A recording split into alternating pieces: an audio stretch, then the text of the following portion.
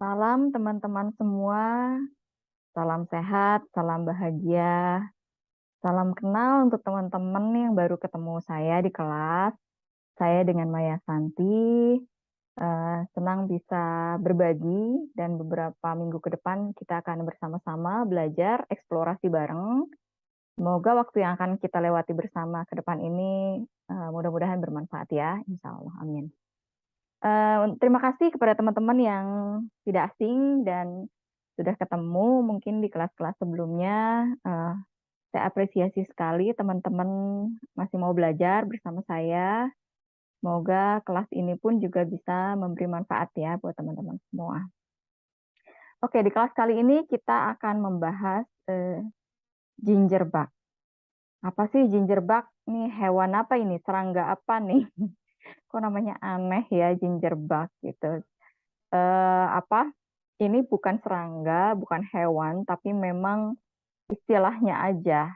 Jadi selain ada gingerbug, ada ginger plant, ya kayak gitu. Jadi istilah yang dibuat aja.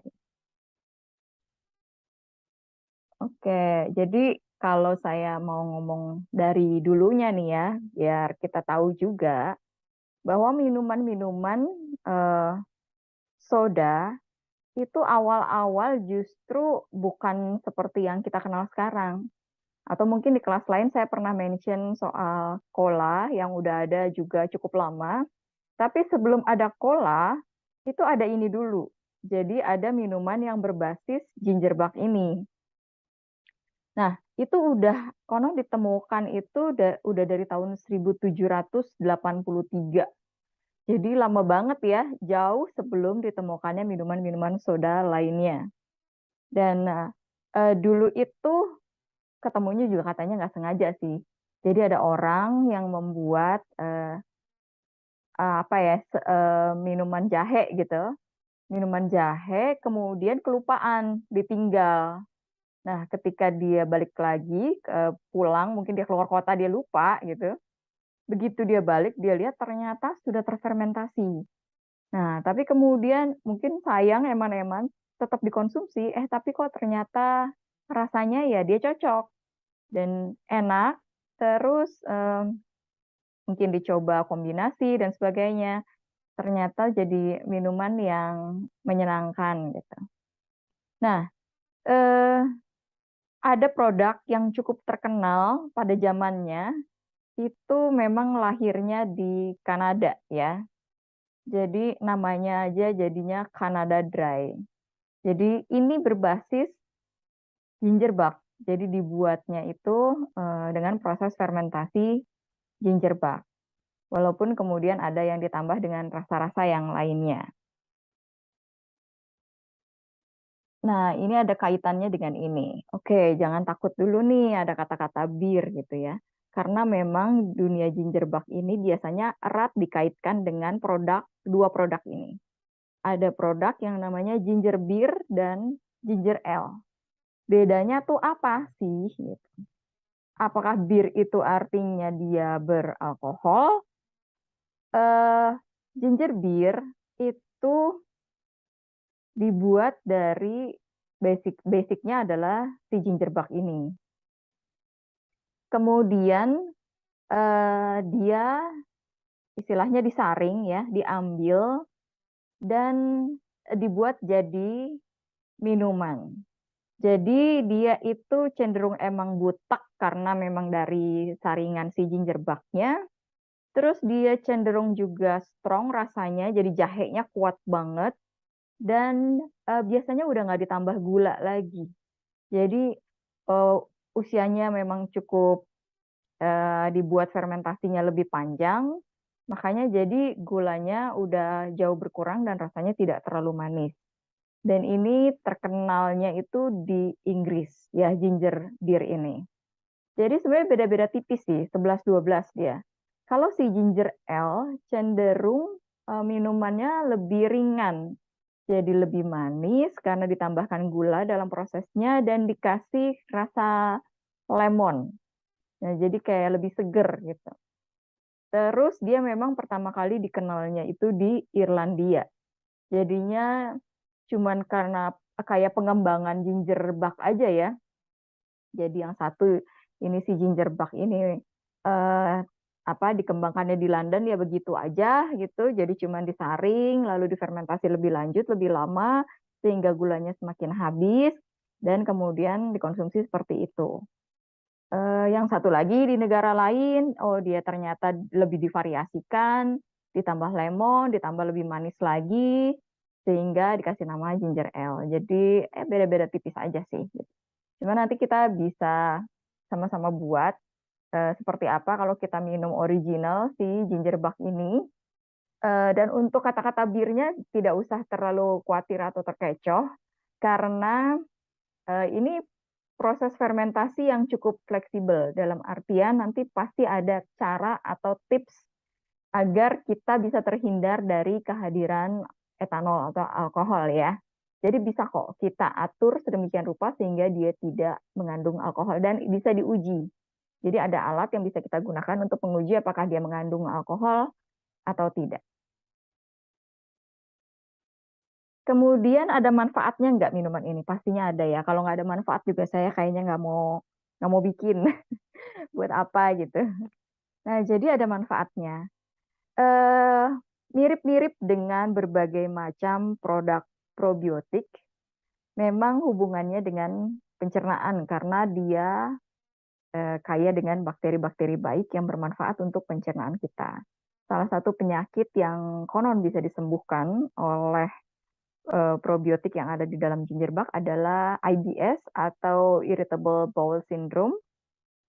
Jadi penderita penyakit ini cukup cukup sengsara juga nih. Kadang-kadang ke belakang itu bisa berdarah gitu ya, sangat tidak nyaman sekali.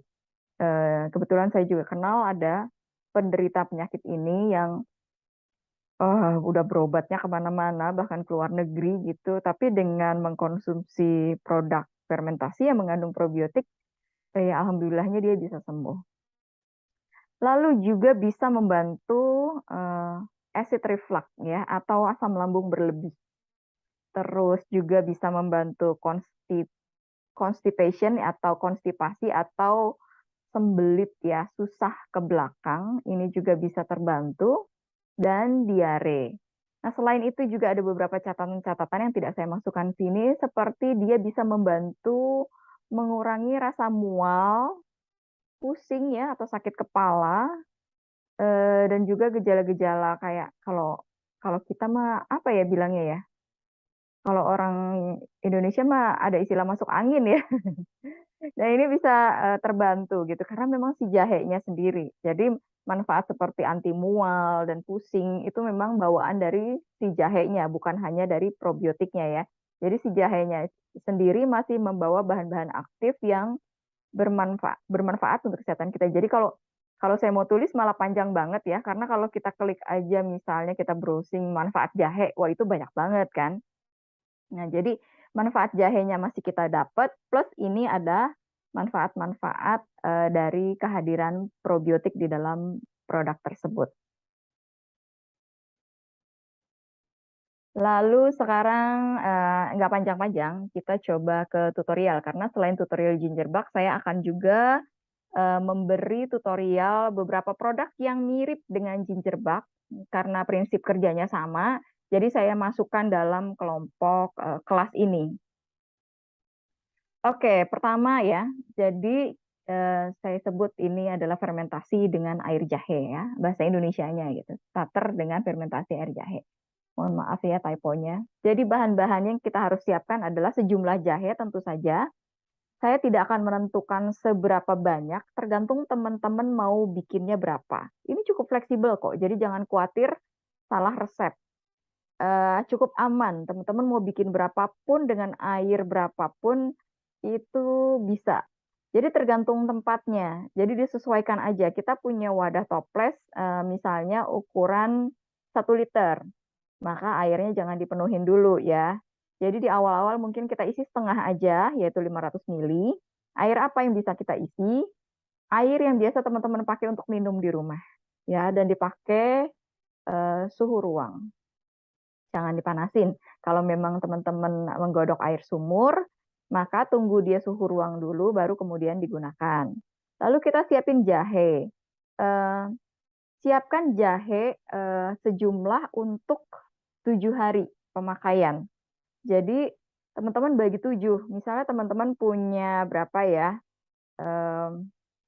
Seperempat kilo ya, 250 gram misalnya gitu.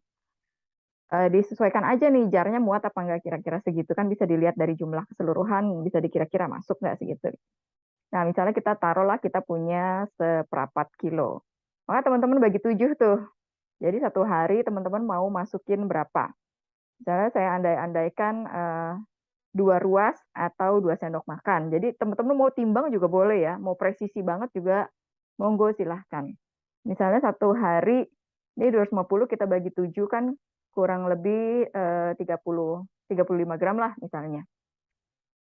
35 gram si jahe ini setelah kita cuci bersih, eh, kalau bisa sih kulitnya jangan sampai dikupas semua. Jadinya yang kotor-kotor banget aja gitu. Ketiak-ketiaknya yang susah banget disikat, yang kayaknya masih kotor dengan tanah. Nah, itu teman-teman boleh apa namanya dipotong. Tapi kalau misalnya kulitnya yang mulus seperti di gambar gini, teman-teman pakai aja karena probiotiknya itu justru banyak ada di bawah atau lapisan kulit jahenya. Jadi itu dipakai.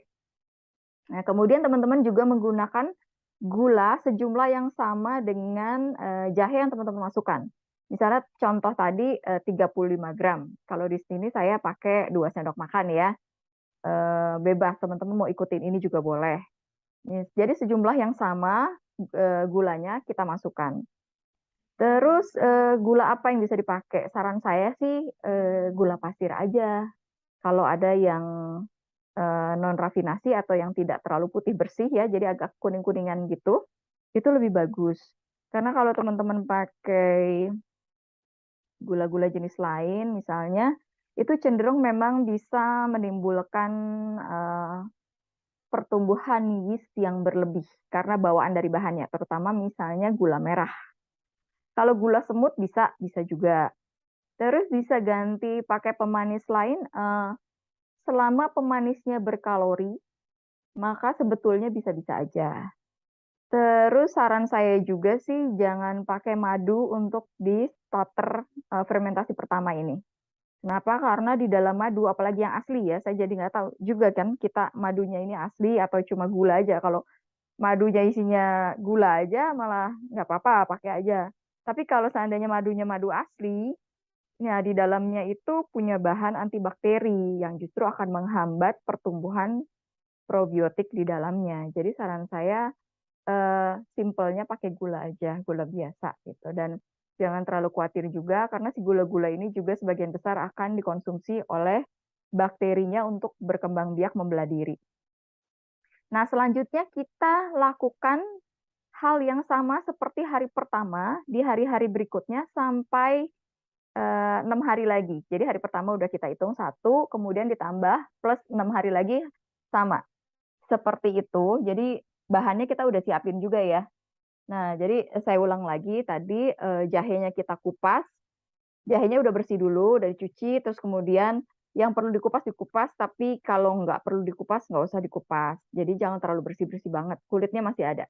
Terus potong bisa kotak-kotak gitu, tapi jangan diparut.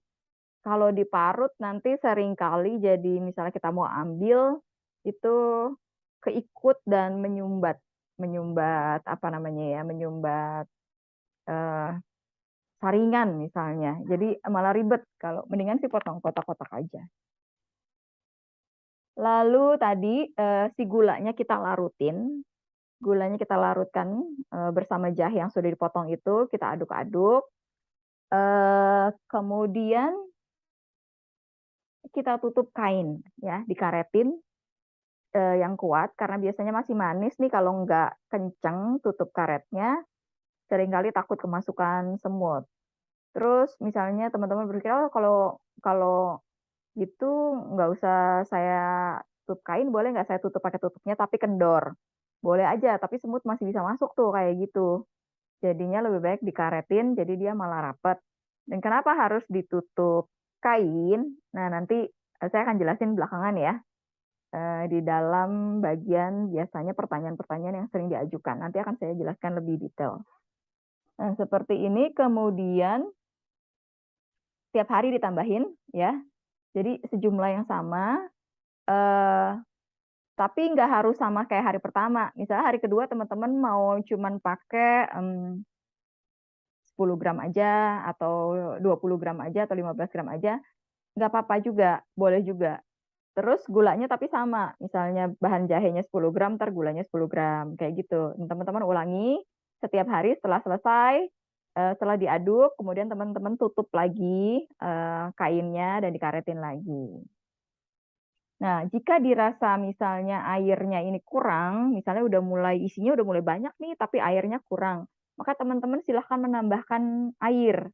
Nggak apa-apa, makanya dari awal jangan penuh-penuh dulu, kemudian nanti bisa ditambah seiring berjalannya waktu. Lalu setelah 7 hari, kita bisa langsung simpan di dalam kulkas. Tapi kalau teman-teman mau gunakan, maka kemudian teman-teman ambil airnya, sesuai dengan kebutuhan teman-teman.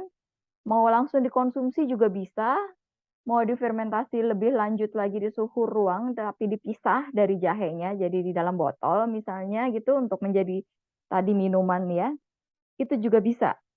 Jadi kalau belum sempat bikin ya habis 7 hari masukin kulkas aja, ini udah aman. Cuma kalau di kulkas, eee cuma kalau di kulkas teman-teman boleh tutupnya dengan, tutup toplesnya, tidak harus tutup kain lagi, dan boleh ditutup kendor sedikit, ya. Jadi, jangan rapat banget, kendor sedikit aja, supaya jika ada gas yang dihasilkan tetap bisa dirilis, ya. Jadi nggak meledak gitu, walaupun di kulkas sih dia sangat melambat ya, alias sudah mulai dorman nih, udah mulai tidur. Eee, jika teman-teman mengambilnya suatu saat dibutuhkan, itu tinggal keluarin aja dari suhu ruang, sorry, maaf, maksud saya dikeluarin aja dari kulkas, kemudian teman-teman simpan di suhu ruang, eee bisa setengah hari atau 24 jam, terus mulai kelihatan aktif, dia biasanya mulai berbusa-busa gitu. Nah, itu udah tanda dia aktif, atau teman-teman mau pancing dulu begitu keluar kulkas, langsung sedikit ditambah gula dan juga jahe segar. Nah, itu cukup sedikit aja, biasanya diaduk-aduk. Nah, besoknya biasanya sih lebih cepet tuh, lebih banyak, aktivitasnya.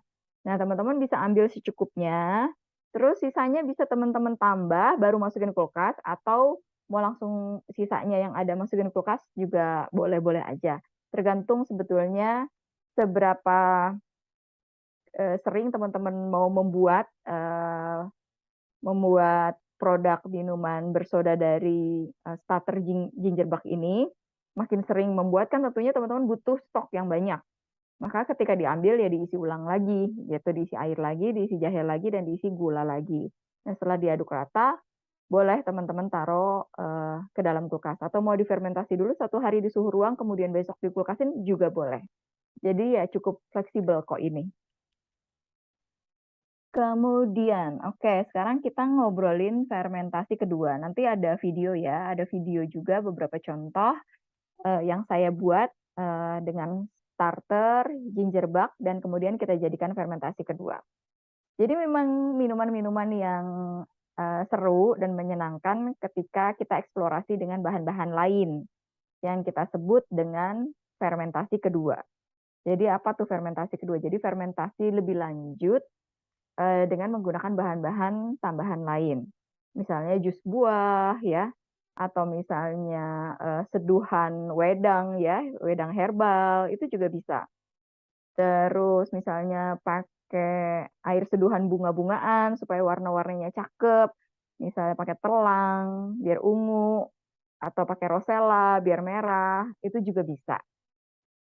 Mungkin teman-teman pengen bikin rasa yang favorit di rumah, supaya bisa diminum oleh seluruh keluarga, misalnya senang favoritnya stroberi gitu kan, teman-teman juga bisa pakai stroberi untuk fermentasi kedua, dengan starter gingerbread ini.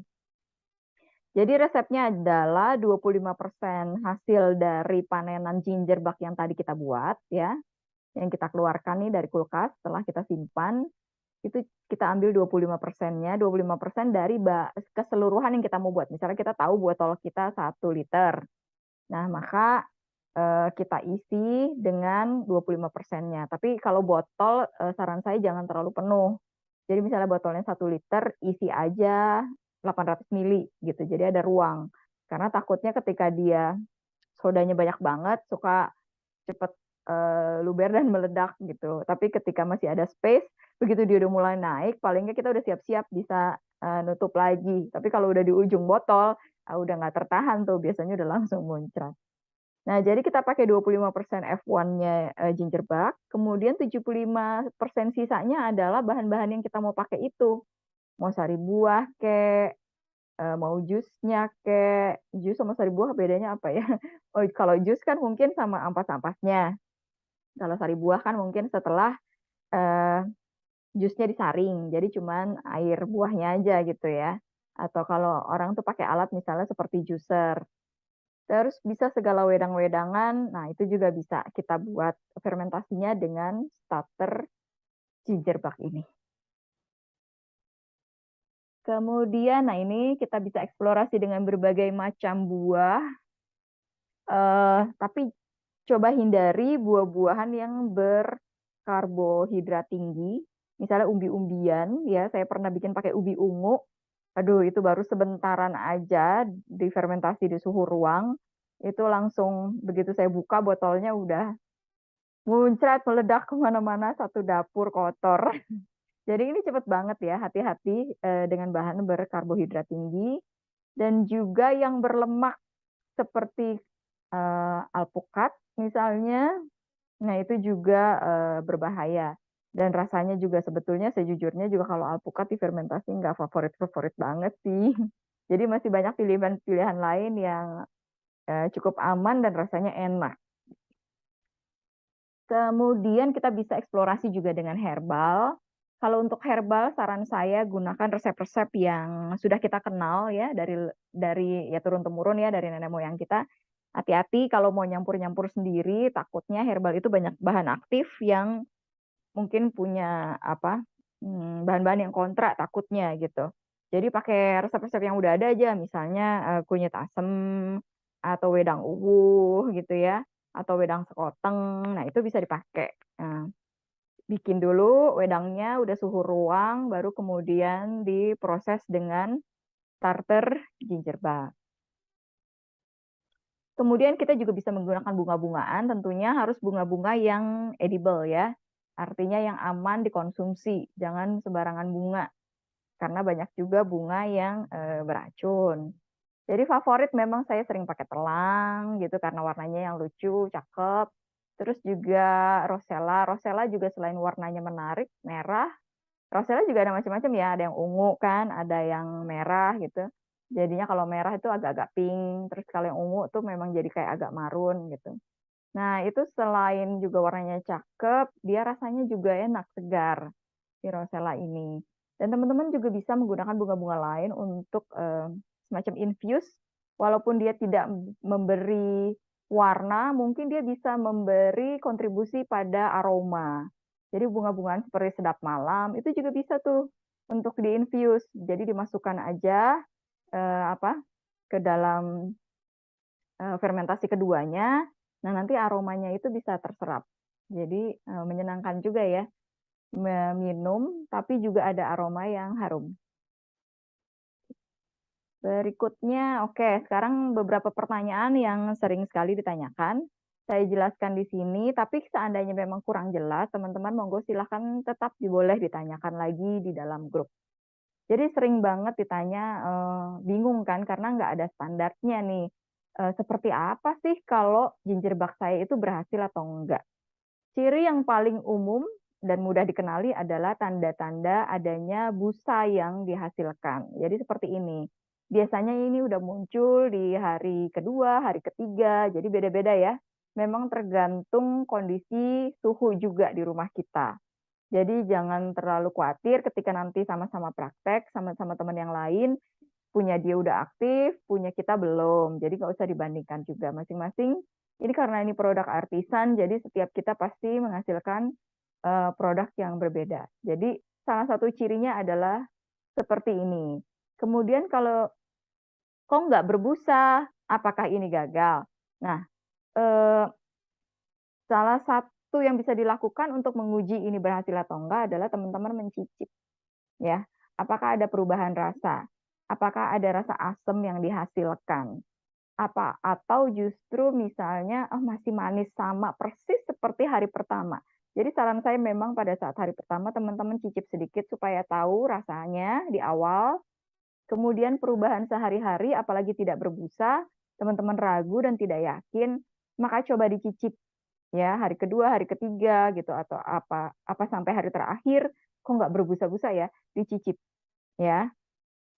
Apakah ada perubahan rasa, apakah terjadi fermentasi atau enggak.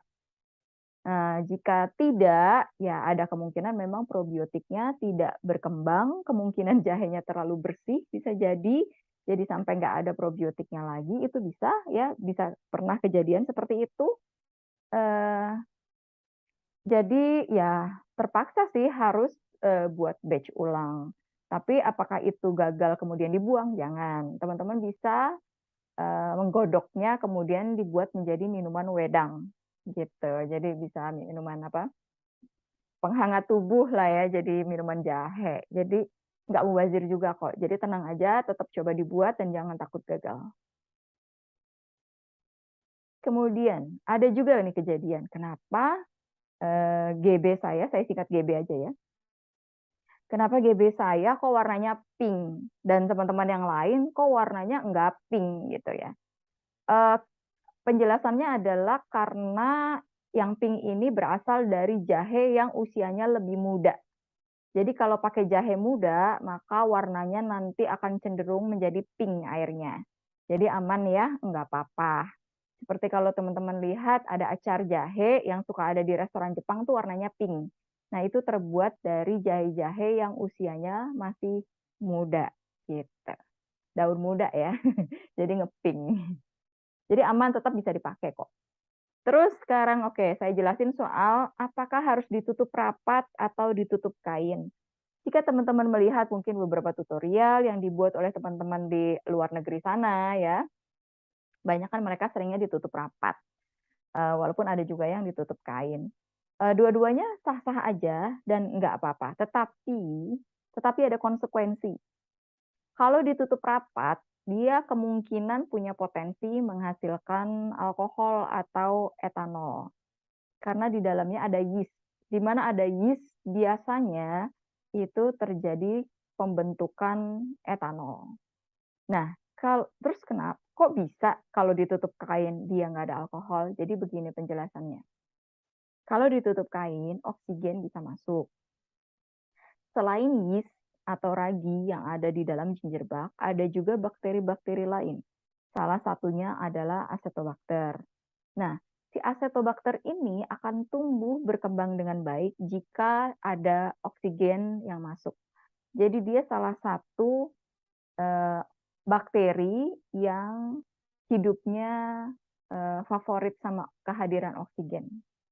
Ketika dia hidup dan berkembang dengan baik, dia juga akan memakan etanol atau alkohol yang ada. Jadi ketika yeast menghasilkan alkohol, ada acetobacter, maka acetobacternya akan memakan alkohol-alkohol yang ada. Jadinya hasil akhirnya nanti alkoholnya bisa nggak ada, bisa nol. Jadi teman-teman yang menghindari alkohol, saran saya prosesnya ditutup kain atau aerob, dan silakan aja teman-teman yang mau bikin dengan cara anaerob atau ditutup, monggo masing-masing tahu konsekuensinya dan kebutuhannya masing-masing ya, gitu. Jadi kita tidak perlu berdebat soal ini, kita mengerti yang kita mau seperti apa dan ada pilihan. Tuh. Kemudian, oke, ini hasil yang saya dapatkan setiap saya membuat gingerbread dengan ditutup kain. Jadi saya menguji dengan alat yang namanya alkoholmeter dan itu nol alias tidak terdeteksi adanya alkohol. Dan saya uji juga dengan alkohol produk yang mengandung alkohol, yaitu saya pakai alkohol medis. Nah, alkohol 70% saya uji dengan alat ini menunjukkan tepat 70%. Saya kayaknya ada videonya atau ada fotonya ya, saya lupa. Waktu itu di kelas lain itu saya tunjukkan. Dan alkohol 90% itu itu persis menggunakan alat ini menunjukkan 90. Jadi alat ini boleh saya katakan, cukup valid dan reliable lah ya. Jadi cukup bisa diandalkan. Jadi kalau dia bilang 0, ya kayaknya dia nggak bohong juga sih gitu. Jadinya harusnya aman-aman aja. Kemudian, oke, ini saya tunjukin gambar gingerbread saya yang usianya ya, kalau sekarang nih ya, saat video ini dibuat, ini udah 1 tahun lebih. Dan ketika saya gunakan lagi, saya taruh di suhu ruang, itu masih aktif. Jadinya saya tambah sedikit sedikit jahe dan sedikit gula, ternyata dia masih bagus, masih aktif dan tidak ada jahe yang hancur. Jadi gingerbread ini sebenarnya nyaman sekali kita buat dan nggak ngerepotin gitu. Gimana cara perawatannya? Saya jujur aja ya, saya suka lupa. Saya suka lupa untuk feeding, jadinya jarang banget. Kayaknya berapa bulan sekali gitu baru saya feeding. Tapi ternyata masih oke ya, masih aktif. Jadinya, eee, sebetulnya nggak ribet, punya gingerbread itu, gitu. Anytime kita bisa bisa pakai, walaupun ini sudah lama sekalipun. Kemudian, ini ada contoh kita membuat dengan, gingerbread, eee, kita bikin apel soda, ya. Jadi simpel banget caranya teman-teman, apel jenis apapun silakan dipakai, tinggal kita potong-potong aja, kemudian kita blender dan saya, mau hasilnya tidak berampas, jadi saya saring. Teman-teman yang punya juicer ya silakan bisa dipakai ya, malah lebih praktis. Dan ampasnya ya teman-teman silakan gunakan untuk kebutuhan yang lain. Kalau saya ampas apel, biasanya saya pakai untuk, penambahan pada selai. Karena si apel ini, punya potensi untuk membuat selai menjadi lebih kental karena pektinnya tinggi. Jadi saya simpen biasanya, atau saya freezer-in dulu. Nanti pada saat saya ingin membuat selai, kemudian ini saya pakai, saya campur. Apalagi kan apel rasanya juga netral. Jadi mau ditambah ke selai apapun, dia nggak masalah, masuk-masuk aja, gitu. Jadi tetap bisa bermanfaat. Atau teman-teman mau pakai buat buat apa ya, buat bikin apple pie misalnya, buat tambahannya juga bisa, gitu. Jadi nggak harus dibuang. Kemudian selanjutnya tinggal teman-teman pilih, mau langsung dibotolin, atau itu jusnya juga kalau bisa sih dikasih gula ya, walaupun sedikit gitu, supaya menambah kayak tendangan sodanya gitu. Karena si bakteri ini jadi semangat kerjanya ketika ada gula yang mudah dia rubah menjadi, CO2 gitu. Nah, jadi teman-teman mau difermentasi dulu di dalam jar-jar seperti ini, atau mau langsung dibotolin, itu juga bisa. Jadi kalau bedanya nanti kalau di jar, maka dia apelnya terfermentasi dulu, terus tapi kalau langsung dibotolin, maka teman-teman udah langsung disodain, gitu. Jadi dibotolin pun, atau difermentasi pun tidak boleh lebih dari 3 hari jika teman-teman menghindari alkohol. Jadi prosesnya di bawah 3 hari. Misalnya di jar 1 hari, dibotolin 1 hari, atau mau langsung dibotolin, maka dibotolin bisa 24 jam atau 2 hari, itu silakan nanti setiap beberapa lama itu dites. Ya, jadi ada contoh video nanti biasanya saya sih per 12 jam atau setengah hari saya cek apakah sudah mulai bersoda atau belum. Kemudian oke, ini ada alternatif lain buat teman-teman yang mungkin tidak suka rasa jahe, kan ada ya, ternyata ada orang yang tidak suka rasa jahe gitu. Jadi teman-teman bisa membuat starter kunyit atau dikenal dengan turmeric bark. Kenapa tidak terlalu populer? Ya karena mungkin, rasanya tidak semua orang juga suka rasa kunyit misalnya ya, walaupun kalau di negara kita kayaknya kunyit cukup banyak yang nggak masalah, karena satu masakan sering banyak pakai kunyit, kedua kita kenal kunyit asem yang rasanya enak. Jadi apalagi di India ya, di India juga suka banget tuh, segala-gala berbahan kunyit gitu. Jadi, mungkin ada yang favorit kunyit, tapi mungkin di luar sana nggak terlalu favorit. Atau mungkin tanamannya juga susah didapat gitu, jadinya makanya dia tidak terlalu populer.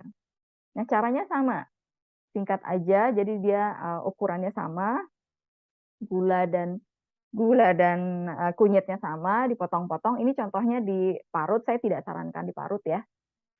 Jadi dipotong-potong kecil aja boleh, seperti yang ginger bark aja gitu persis. Kemudian dimasukkan ke dalam jar seperti ini, mungkin sedikit dulu di awal, kemudian di-feeding setiap hari sampai dia, cukup banyak, ditutup kain juga. Nah, terus, waktu prosesnya semuanya sama seperti ginger bark dan pemanfaatannya juga sama, bisa menjadi starter. Terus, bedanya mungkin, ada kelebihan manfaat ya dia. Jadi selain dia mengandung probiotik juga, si kunyit ini kan mengandung kurkumin. Dan kurkumin ini kayak antioksidan, baik untuk kesehatan organ hati. Nah, untuk anak-anak juga kan katanya bisa menambah nafsu makan, dan sebagainya juga untuk perempuan tuh, apa ya, bagus untuk kulit, gitu. Katanya sih bisa kayak apa, membuat kulit jadi lebih cerah juga. Jadi boleh ya jadi alternatif jika teman-teman atau mau bikin dua-duanya juga bisa. Nah, selain kunyit ternyata bisa bikin pakai laos atau lengkuas ini ya, atau yang kalau orang bule bilangnya galangalbak. Nah, cuman juga nggak terlalu populer karena sekali lagi mungkin rasa ya. Kalau kita biasa, makan masakan dengan bumbu, salah satunya adalah lengkuas, ya mungkin adalah aroma-aroma seperti masakan tersebut. Jadi, tapi kalau teman-teman penasaran pengen coba, silahkan dicoba dan fungsi dan proses pembuatannya sama ya, untuk mempersingkat waktu saya tidak usah ulang, walaupun nanti ada video singkat yang saya buat ya di awal aja gitu, nanti, tinggal diikutin seperti yang ada di ginger bark. Jadinya feeding tiap hari, seperti itu prosesnya, dan saat mau dijadikan fermentasi berikutnya, jumlahnya juga sama yang dipakai gitu. Jadi ini cuman beda bahan aja sih.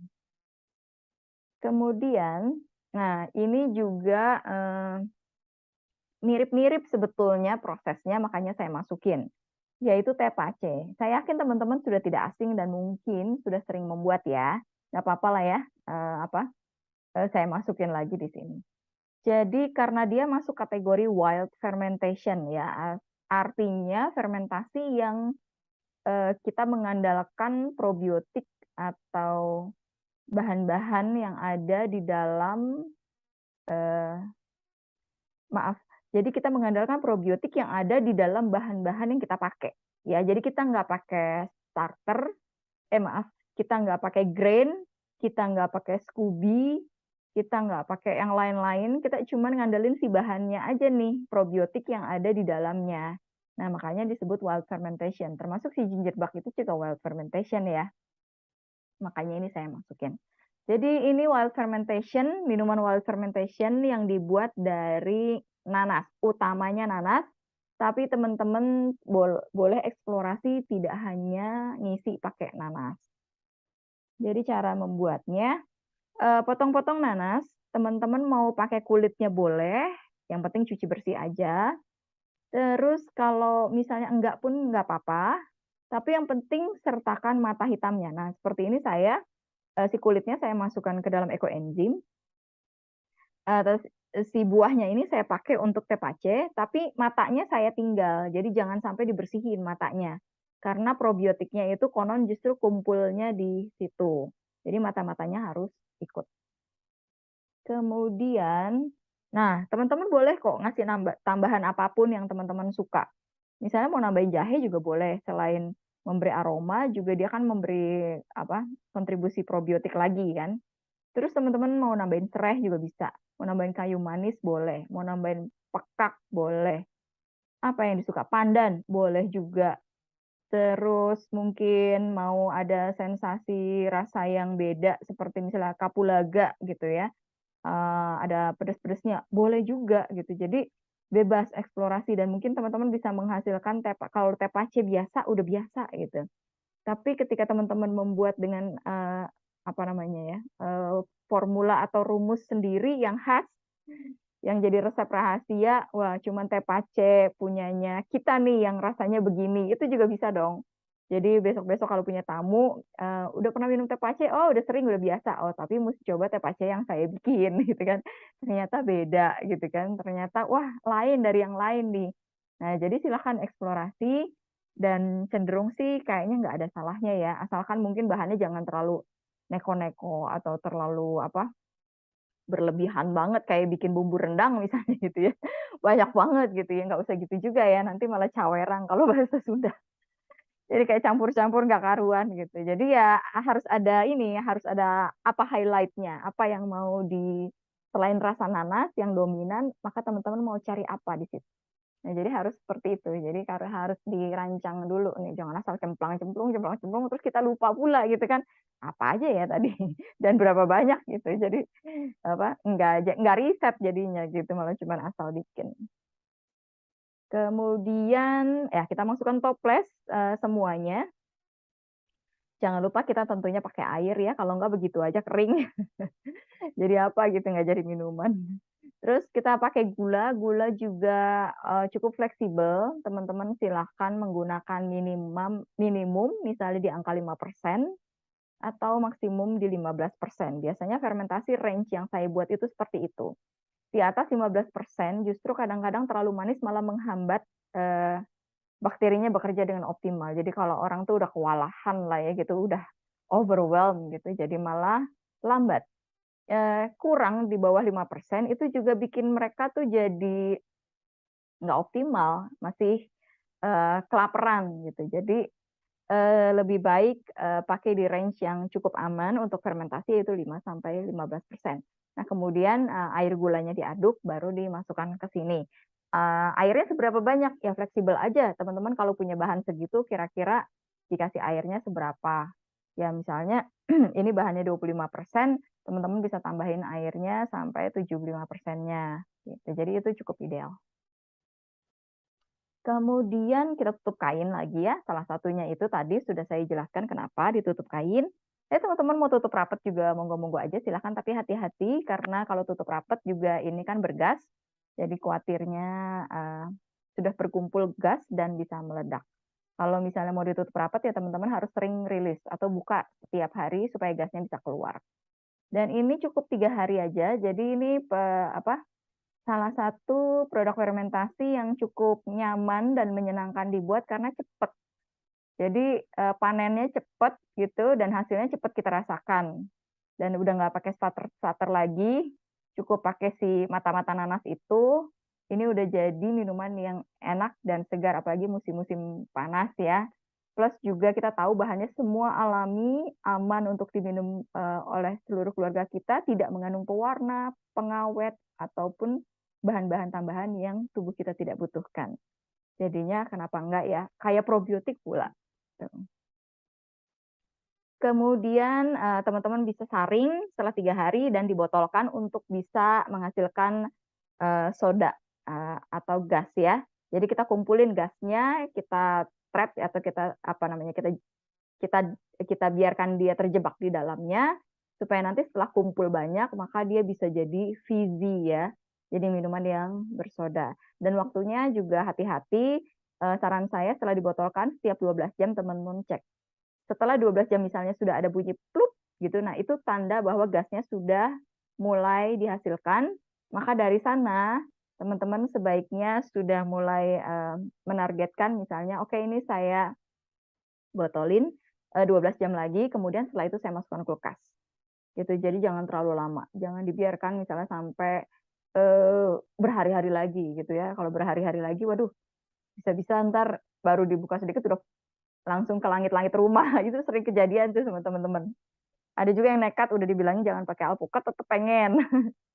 Jadilah dia membuat alpukat baru kalau nggak salah habis maghrib ditutup botolnya, tengah malam tiba-tiba ada yang meletup. Ternyata itu botolnya apa tutupnya kedorong ke atas dan langit-langit dapurnya itu penuh dengan muncratan alpukat gitu. Jadi memang alpukat apa ya secepat itu. Nah, jadi begitu ya cara menjaganya. Atau misalnya teman-teman ragu-ragu karena misalnya mau ditinggal tidur, maka kulkasin aja dulu. Jadi kulkasin dulu, besok dikeluarin di suhu ruang, kemudian cek lagi. Nah, demikian dari saya. Selamat bereksplorasi. Kita seru-seruan nanti di grup WhatsApp. Teman-teman mau bikin bikin dengan bahan apa? Nanti kita bisa diskusikan. siapa tahu saya bisa memberi saran karena saya pernah membuat misalnya sebelumnya, jadi teman-teman punya bahan apa di rumah pakai yang ada aja. Adanya markisa, oh bikin aja markisa tuh enak banget tuh ya. Terus ada mangga, bikin pakai mangga. Ada bahan apa yang lagi musim, dipakai yang ada, gitu. Jadi nggak juga selalu selalu harus, yang fancy atau yang, beli di supermarket atau yang import. Jadi pakai aja bahan yang ada di sekitar kita, apalagi yang lagi musim. Kita rayakan dengan, menggunakannya, gitu.